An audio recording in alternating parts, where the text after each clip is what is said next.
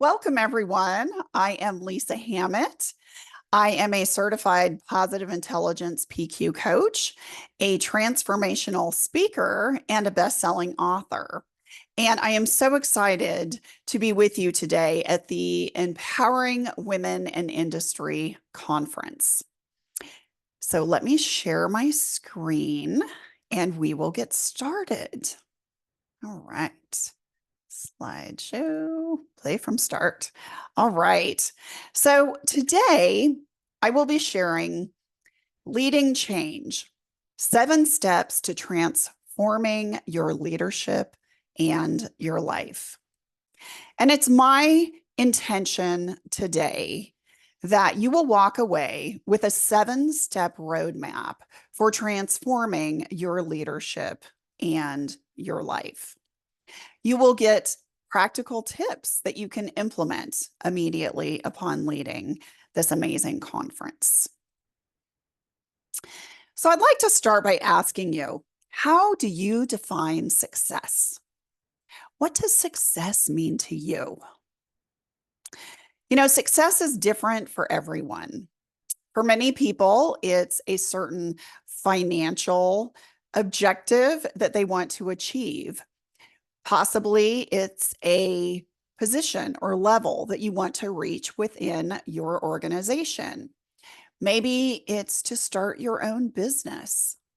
Maybe it's to retire and have enough means to retire well so that you can travel and live a very happy, healthy life. It could be health, could be having great health so that you can age well and be around for your children and your grandchildren. So again, success is different for everybody. And it's a very important component of one aspect or step that we're going to be discussing today. So if you don't have a clear picture yet of what success means to you, that's okay. Because as we go through the 7-step process, you'll start to bring some clarity to it. Now, before we jump into that 7-step process, I'd like to share a little backstory about myself. So I spent 26 years in the corporate retail sector and I reached burnout. Now, in my case, I equate it to slamming into a cement wall. I was done. I had no more mental bandwidth to continue in my current situation. I was 65 pounds overweight. I was suffering from chronic migraines, digestive issues. My marriage was strained. I wasn't sleeping well. On Sunday evenings, I was so stressed out that I would just make myself sick, anticipating what I would walk into on Monday morning. And I remember waking up one morning and the world just looked gray, devoid of color. And it freaked me out because that is a clear sign of depression. I had a conversation with my husband and he told me that he loved me, but he didn't like being around me anymore. I was a nightmare. And I know that that sounds harsh, but he was right. I was not the person who I really was. And what I mean by that is I was so negative because I was so miserable and I was making his life miserable. So, in a moment of desperation, I left a long-term career at a high salary without an exit strategy, which resulted in bankruptcy down the road. Now, I share all of this to say that everything could have been prevented. Had I done a better job managing my stress, I could have prevented burnout. And yes, I would have had to make some significant changes, but I would have had the clear-headed focus and the forethought to make those changes without resulting in bankruptcy. So I don't know where you are in your life journey right now, but if you are experiencing any of those warning signs like tension headaches or indigestion, or possibly you're not sleeping well, I want you to consider those as warning signs that will not go away. They will continue to expand, and you could end up like myself or worse.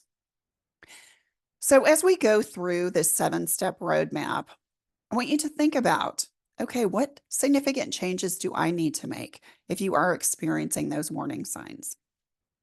So, let's get started. So, what are these 7 steps? Step number 1, it's creating a laser focused vision. Now, a laser focused vision for your future basically encompasses what you want your perfect life to be like. And you might be thinking, well, nothing's perfect. I can't have a perfect life. Well, you can.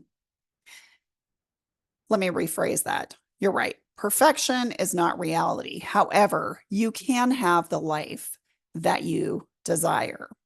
And it all starts with a vision and the belief that it is possible. Now, you might not know the steps yet on how to create that vision, but it is doable. And when I asked you that question about what does success mean to you, that ties so beautifully to your vision. Because when we feel like we're successful, we're often happy, healthy, and fulfilled. So, what brings that to light for you? Do you want to retire in good health and be able to travel? Do you want to reach a certain level of income? Do you want to start your own business? Do you want to age well so you can be there for your children and your grandchildren? What is that vision for your future? Now, the vision is comprised of 3 pieces. The first is our core values. And our core values are those things that are most important to us in life. Now, the top core values that are often associated in instances like this are financial, faith, and family, as well as health. But there can be other core values like integrity or authenticity. So I would encourage you to just jot down every one that comes to mind. And what you will start to discover is the ones that are the most important will incorporate some of these smaller core values. For example, family. If authentic communication is a component or a core value that is important to you, that may fall under family. Now, the second piece of the vision are passions. And these are those things that really light you up. When somebody asks you, what are you most passionate about? These are the things that just really excite you. And it could be serving others in some capacity. Maybe there's a philanthropy that's near and dear to your heart. Maybe it's being around your family. There's all different kinds of things. So passion, what lights that fire in your belly? And then strengths. Strengths are those talents that we were given at birth. Now, for some, it could be organization. Maybe it's compassion. Strengths also are those skills that we develop as we go through life, especially through our career. Are we analytical? Do we have a particular skill set that we have developed? And the key is to look at the commonalities in those 3 areas. What is the commonality between your core values, your passions, and your strengths? And you'll start to see a common thread. And this is where you should be swimming. This is what can help you create that vision statement. Now, the other important piece of your vision is your why. Why is this so powerful for you? Why do you want to be healthy? Why do you want to make a certain income? Is it because you want to serve in some capacity? Is it being that you want to be in great health when you retire so you can be around for your kids, your grandkids, you can travel the world? They're all of these pieces funnel into your vision. So that is step number 1. Step number 2 is smarter goals. Now, I am sure that you have heard the term SMART goals. They're not common, or I should say uncommon, but I like smarter goals because who doesn't want to be smarter? So, the key components of smarter goals are specific. When you set a goal, it needs to be specific because if it's vague, like I want to lose weight, okay, so what does that mean? Does that mean to lose 50 pounds? Does it mean to lose 5 pounds? And when are you going to do that by? So, in order to really be motivating, it needs to be specific. It also needs to be measurable. How do you measure it? Because if you can't measure it, then you'll never know if you achieve it. Also has to be active. And active is something that you're going to do versus something you are going to stop doing.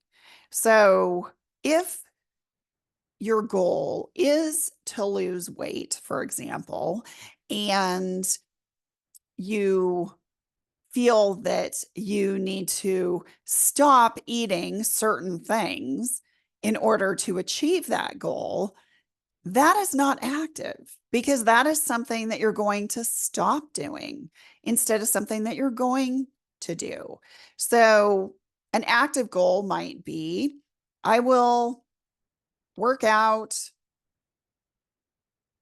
for X number of minutes, 3 days a week. It's something I am going to do instead of I'm going to stop sitting on the couch all day. So that's active. And then relevant. Relevant is something you want to do versus something you feel you should do. So, an example of that might be if you have that gym membership that you keep paying into, every single month, but you don't go to the gym because you really don't enjoy going to the gym. But you got the membership because it was such a good deal. And you're like, well, I really should be going to the gym because I know it's good for me. But in all honesty, you really don't enjoy it. So stop shitting on yourself. Stop it. Just stop it. When we try to should on yourself or ourselves, we never end up doing anything well. So it needs to be relevant. Again, what you want to do versus what you want to stop doing. And then time bound. You have to establish a certain time frame in order to make this goal specific and measurable. So what is the time frame involved? And it has to be energizing, meaning it has to be motivating. It has to get you excited. If it's a goal that you dread, you're never, ever going to achieve it. And then lastly, it has to be realistic. We might have this lofty goal of, oh, I'm going to reach this level of income, in 5 months, or I'm going to lose 20 pounds in a week. Okay, both of these, I'm not saying it couldn't happen, but they might not be realistic. And when we set goals that aren't realistic, we basically set ourselves up for failure. And that is very demotivating. Now, the key to smarter goals is to review them every month and adjust them as needed. Just because you create a goal doesn't mean that it has to be that way forever and ever and ever. No, it doesn't need to be, but it might need to be adjusted. So let's move on. So, step number 3 is create that weekly action plan. So, the action plan is basically taking those smarter goals and breaking them down into smaller action steps that are achievable, that will help you then strive to your goal. So, they're the steps that help you reach your goal, basically. So, if your goal is to achieve a certain amount of income, okay, so how are you going to do that? Does that mean that if you're a business owner, do you have to market yourself differently? Do you need to make a certain number of sales calls? Do you need to follow up with people on a consistent basis? So, or if you're in a corporation, does that mean that you have to put yourself out there and you have to really share that this is what you want to do? Do you maybe have to join a certain task force to really exhibit your skill set? Whatever it is, but these are the action steps that help you get to the goal. And also, for example, if you're trying to lose weight, maybe one of the action items is, okay, I want to stay hydrated and drink more water. So an action item will be, I will, drink 8 to 10 ounces of water every hour, just throwing out a random example. So these are the weekly action steps or action plan. Step number 4, what are you grateful for? Now, I know gratitude is not a new concept. We hear gratitude all the time. Here's the thing about gratitude is it shifts our mindset. And let's face it, life can get really challenging sometimes. It can be downright hard. And when we spiral into a negative mindset, we tend to attract more negativity because we're only seeing those things that are negative. Whereas when we're able to look at the gift and opportunity in a situation and recognize that, okay, this might be challenging, but there is a silver lining, then we're more apt to see more positive things out there. And basically, how our brains work is what we repetitively think about drives our belief system, which in turn impacts our behavior. So if we're consistently thinking negative thoughts, like, I can never achieve my goals, I'll never be good enough, I'll never lose weight, I'll never get promoted, you won't. That's just reality. So going back to gratitude and what you're grateful for, if you really struggle with a positive mindset, then start small and start by practicing gratitude. Now, if this isn't something that you have ever done before, it might seem a little weird. And especially if maybe you were laid off from job, or maybe your health has not been great, or you lost a loved one, you're in a difficult place. Could be in a place where I was, like when I reached burnout, and it was really hard for me to see anything positive. So in situations like that, it's thinking about things that we often take for granted, like clean running water, or I have a roof over my head, or I have a warm bed to sleep in. And I will tell you, the more you practice gratitude, the more you find to be grateful. I like the practice of coming up with 3 things that you're grateful for when you first wake up in the morning and when you go to sleep at night. Especially when you go to sleep at night, because when you go to sleep with gratitude, you tend to wake up with gratitude. What ties beautifully to gratitude are daily positive affirmations. What is an affirmation? So, an affirmation is a statement of fact, which is tied to a goal, something that you want to achieve. And that statement of fact is presented in such a way as if you have already achieved that goal. So here are some of my favorite affirmations. My certainty exceeds my doubt. My success is inevitable. I am debt free. Money comes to me in increasing quantities from multiple sources on a continuous basis. You can write any sort of affirmation that you want. They can pertain to health and well-being. They could pertain to achieving, a particular level in your business. But again, they're stated in such a way that what you desire has already occurred. And they work similarly to gratitude statements in that when you repeat them consistently, they start to be a part of your belief system, which then drives your behavior. So this is the power of positive affirmations. And next, set number 6, setting healthy boundaries. Now, this really ties into positive mindset as well. Firstly, by protecting your energy. And here's what I mean by that. Protecting your energy is eliminating or reducing those environments or those tasks, or it could be people that really drain the energy from you. I like to call them energy vampires. It could be a person who just complains all the time and is really negative. Honestly, it was the person that I used to be when I reached burnout. Or it could be maybe the news.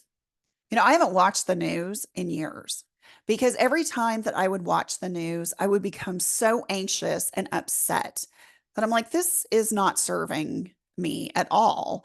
And it would just spiral me into that negative mindset. So I don't watch the news. I figure, oh my gosh, if something bad really is going to happen, I'm going to hear about it otherwise.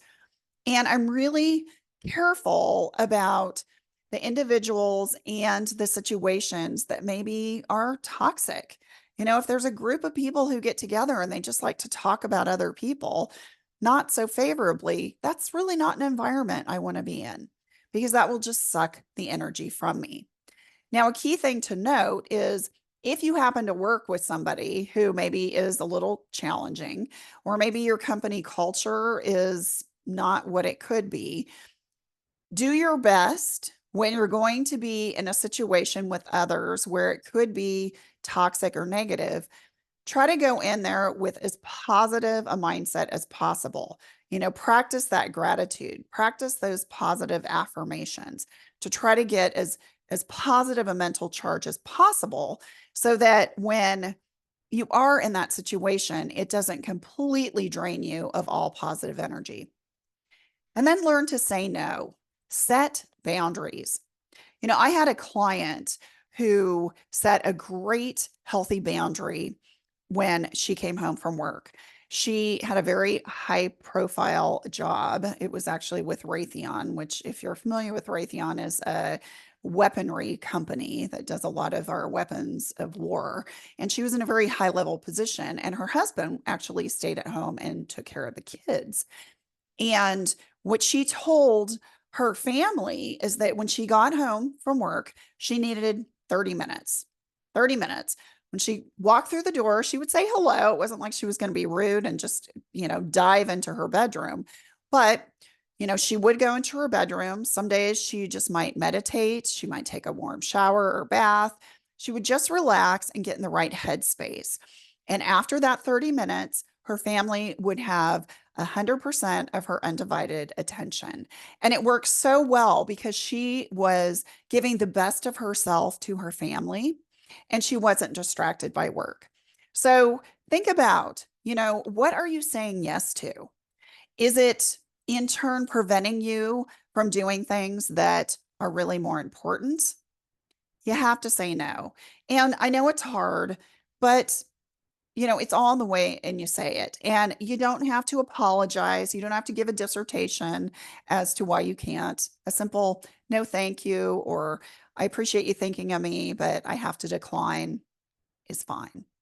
And then lastly, manage your time. If you have a really full schedule, time block self-care, time block, time for breaks, for lunches, but really manage your time. Do not let your calendar control you. And then get accountability. This is number 7. And here's what I mean by that.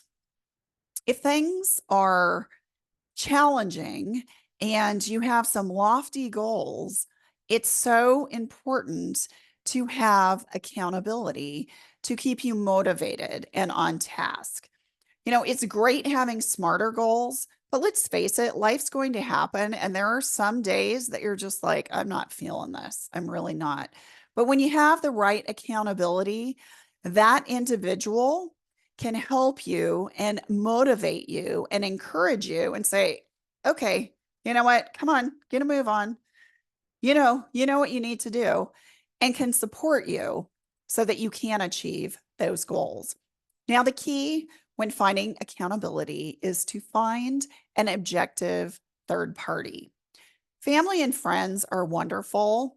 And I'm not saying in some cases they're not great accountability partners, but they're not always objective. And it's really important to find somebody who is objective. So that could be a mentor, could be a colleague who maybe is a little more objective. It could be a coach. It could be a counselor, but find an objective third party and share with them how they can best support you. Explain to them exactly what you need so they can show up for you and support you in the best way possible. Now, this is where I would love to hear from you. If you found this presentation helpful, I would greatly appreciate if you would either go to this link that is in orange on the screen, or if you would use your cell phone and scan this QR code and take a 1 to 2 minute quick survey. And it's basically providing me with feedback on how did you like this presentation? Was it helpful? What did you like? If you didn't like it, what could I do better? Because this is the only way that I know if my message is resonating. And as a thank you, you are going to get a free workbook from me. Now, this workbook is really going to break down all of those steps that I talked about to help you create that vision statement for your future. It'll give you a lot of different ideas of what some core values are, and it'll really break it down in a step-by-step process that can help you. Now, this workbook actually pairs with my best-selling book, From Burnout to Best Life. So if you enjoy reading, check that out as well. But I would greatly appreciate 1 to 2 minutes of your time to help me here. Lastly, I would like to leave you with a call to action. 2 questions that I want you to really think about here. Of all of these 7 steps that I have shared with you, I want you to think of one small step that you will take this week to move you towards your best life. Now, I don't want you to say, "Oh, I'm going to implement all 7 steps by tomorrow."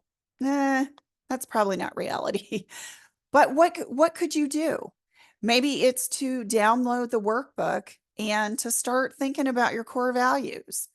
Or maybe it's to start plugging away with your smarter goals, taking, each section at a time, kind of marinating on it for a day or two. Or maybe it's who can be the best accountability partner for me, which is number 2 here. Who will you reach out to for support? Who can really help you achieve these goals and achieve your best life? Because again, success is possible. Success and living your best life is absolutely possible, but it all starts with our brains. And if we have the right mindset and do the due diligence of what I talked about in these steps, we can make it happen. So lastly, if you want some further accountability, you can book a complimentary call with me to discuss what came up for you in this section. We can go through the workbook together, and I'm happy to assist you. So that is the link, and I'm going to stop sharing my screen. And I want to thank you again for taking the time to be with me today, and have a wonderful, wonderful summit. Take care.